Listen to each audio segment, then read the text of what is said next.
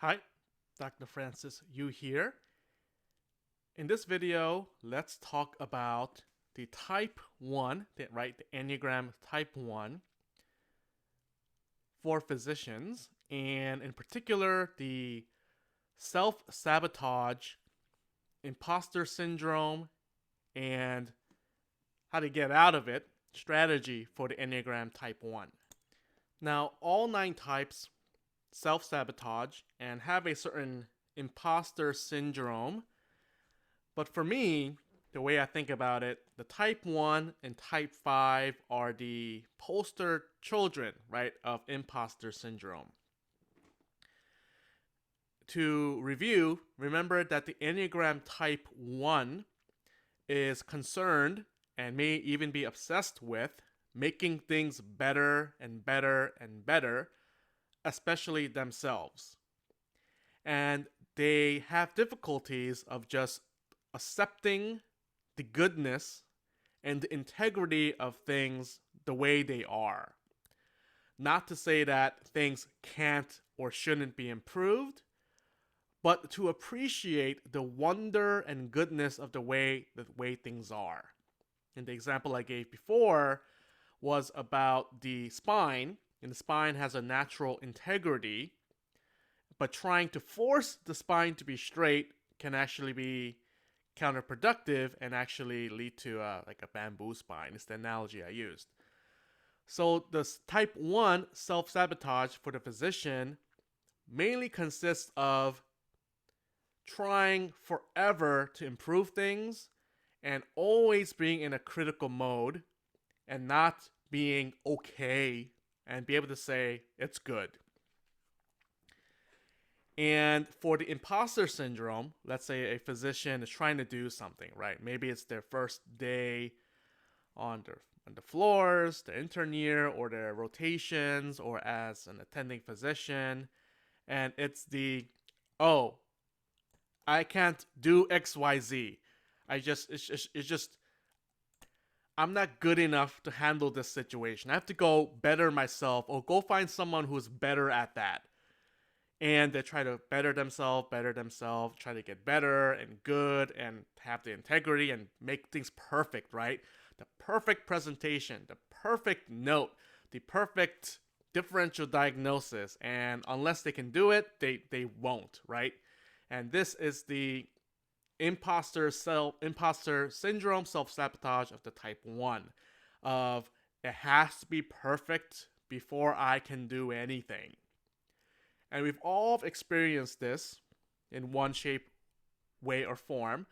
But for the Enneagram Type 1, this is happening all the time, constantly, everywhere. And it's the foible of the Enneagram Type 1 physician. Then, not to be so negative about it, but that's I would say, a reality about it. The question is, though, what can be done or what can you do about it? And very simply, for the Enneagram Type 1, the answer is to get a fresh perspective, a new idea, some sort of fact or proof, either from inside or more usually from outside. Let's say it's the senior resident telling the student or the intern, go do it. Hey, look, you're able to do this. Or, hey, that note is good. Or the attending physician telling, maybe my colleague, hey, your notes are so good. And the type 1 physician may go, oh, really? I didn't know they were good. And get the shock because someone else is telling them that what they're doing is good. It's an outside perspective and an idea or a thought or a perception that kind of knocks the type 1 into a reality check of, hey, I'm actually good enough to do this, and my notes pretty good, or my presentation is good, or my work is good.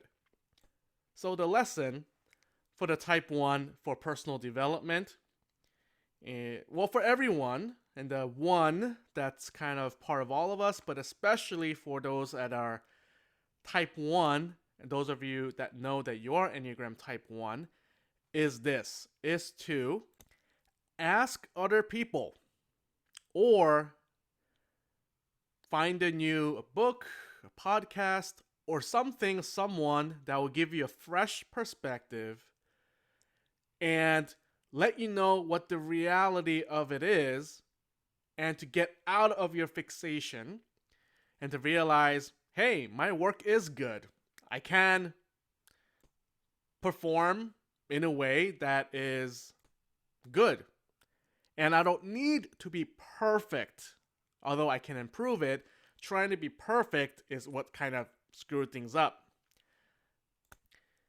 And almost ironically, by realizing things don't have to be perfect, things are good, it almost then, inspires a type 1 even more to make things better, but not in the perspective of, oh, I have to make things perfect and good, is, oh, things are pretty good, and I'm going to find ways to kind of add to that, not as in, oh, I have to add to it so that it can be perfect in my perspective. And there's a nuance, there's a very big nuance. All right, so this was the discussion, a short discussion of the type 1, Enneagram type 1 physician version of self-sabotage, imposter syndrome, and a way to address that. If you're curious what your Enneagram type is, or want more help in figuring out all this stuff, go to www.theenneagramforphysicians.com for more information. You can always message me and contact me as well, and I'll see you in the next video.